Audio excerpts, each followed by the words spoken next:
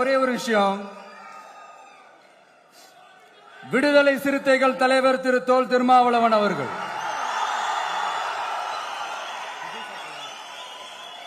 அவங்களால இன்னைக்கு வர முடியாம போச்சு.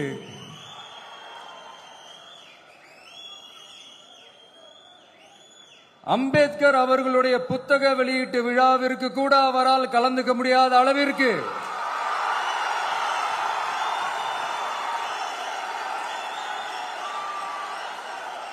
கூட்டணி கட்சிகள் சார்ந்து எவ்வளவு பிரஷர் இருக்கும் என்று என்னால் யூகிக்க முடிந்தாலும்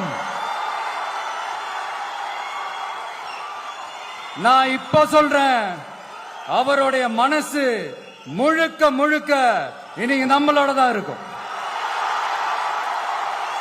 நன்றி, வணக்கம்.